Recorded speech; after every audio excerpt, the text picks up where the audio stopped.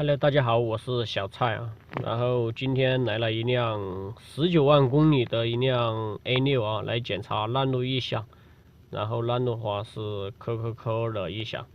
现在我们也试了一下，待会儿我们去举起来看一下底盘，看是有什么问题没有。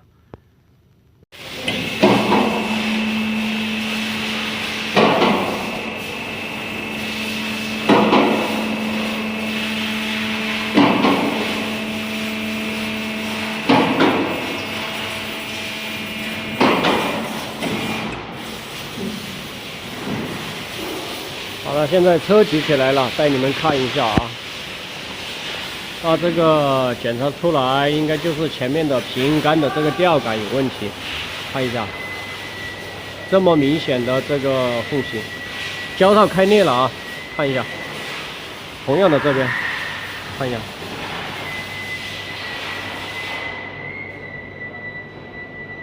开裂挺严重的。我们拆一边下来看一下先。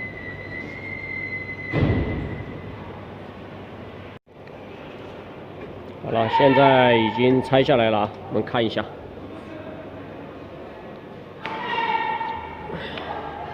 就这个东西啊，看一下，你看，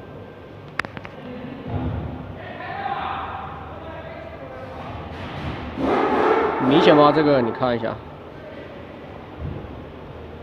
正常它是不会打转的啊，就这个东西坏了，吊杆。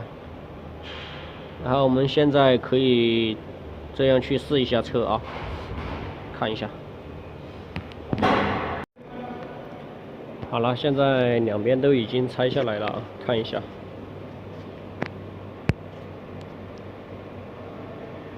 看是转的，两边都坏了啊。这个平衡杆的作用，平衡杆吊杆的作用就是起一个平衡的同时，它稳定左右两边车身的高度啊。当你某一边车身高度降低的时候，或者是某一边车身提高的时候，它这边可以起到一个很好的一个扭力的一个作用啊，从而来保持车身的一个高度啊，平衡两边左右车身高度的。